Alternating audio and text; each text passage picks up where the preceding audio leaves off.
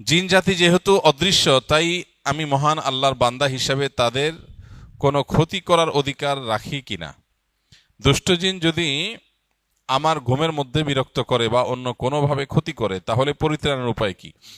আমি যতটা জানি, বান্দার পায়ে কাটা ফুটলেও মহান আল্লাহ তাকে সওয়াব দিবেন। দুষ্ট জিন যদি আমার ঘুমের মধ্যে বিরক্ত করে, এর জন্য পরকালে মহান আল্লাহ আমার সওয়াব দিবেন কিনা?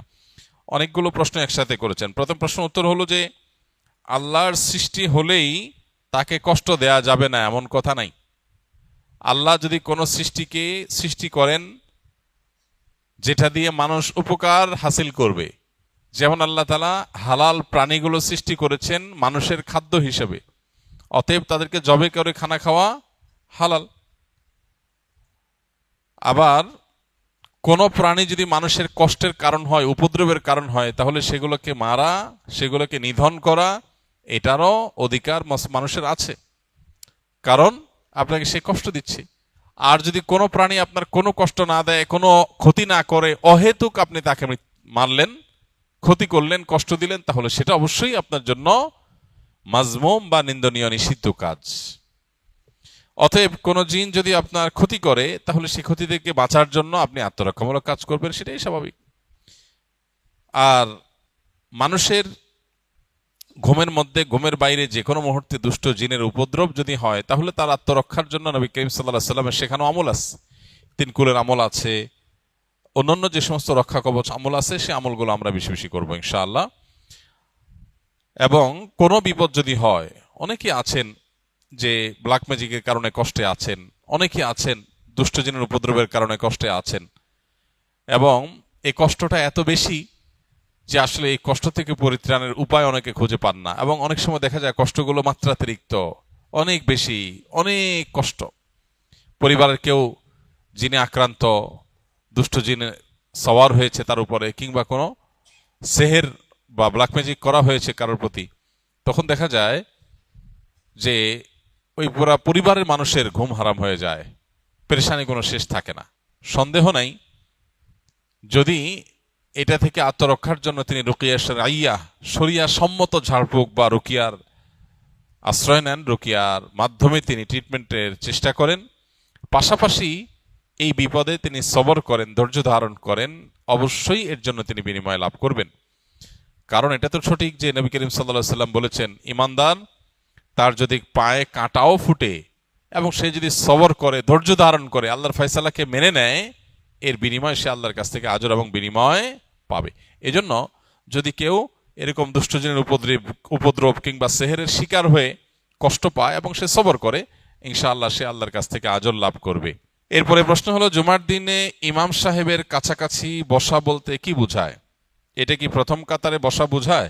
উদাহরণস্বরূপ বলা যায়, ইমাম সাহেবের সামনে দ্বিতীয় কাতারে বসা উত্তম উত্তম নাকি দূর হলেও প্রথম কাতারে বসা উত্তম? ইমাম সাহেবের বাম পাশের কাতারের তুলনায় ডান পাশের কাতারে বসা কি উত্তম? এমনিতে সামনের কাতারে বসার ফজিলত পরিষ্কার, বিভিন্ন হাদিসে বিশুদ্ধভাবে বর্ণিত হয়েছে যে নবী করিম সাল্লাল্লাহু আলাইহি ওয়াসাল্লাম ইরশাদ করেছেন, যদি কেউ সামনের কাতারে দাঁড়ানোর ফজিলত জানতো, মানে সত্যিকারের ফজিলত জানতো, আল্লাহর কাছে যে কি মর্যাদা, সে বাস্তব রূপটা যদি কেউ উপলব্ধি করতে পারত, তাহলে তোমাদের সমাজে নামাজের সামনের কাতারে বসার জন্য লটারি করা লাগতো। অর্থাৎ সবাই বসতে চাইতো, যদি মানুষ জানতো, লোকেরা যদি জানতো, তাহলে লটারি করে সামনের কাতারে বসতে চাইতো। তার মানে সামনের কাতারে বসার, সামনের কাতারে দাঁড়ানোর নামাজের সময় এর বিশেষ ফজিলত আছে, যেটা অন্য কাতারে নাই। এজন্য আমাদের সবসময় চেষ্টা থাকবে সামনের কাতারে দাঁড়ানোর, সামনের কাতারে বসার। আর সামনের কাতারে বসা বা দাঁড়ানোর জন্য আগে আগে আসতে হবে, পরে এসে মানুষকে ঠেলে ঠেলে সামনের কাতারে যাওয়া প্রশংসনীয় কাজ না। আগে এসে নামাজের জন্য প্রিপারেশন নিয়ে বসে থাকতে হবে, নামাজের জন্য অপেক্ষা করাটাও নামাজের মতো সওয়াবের।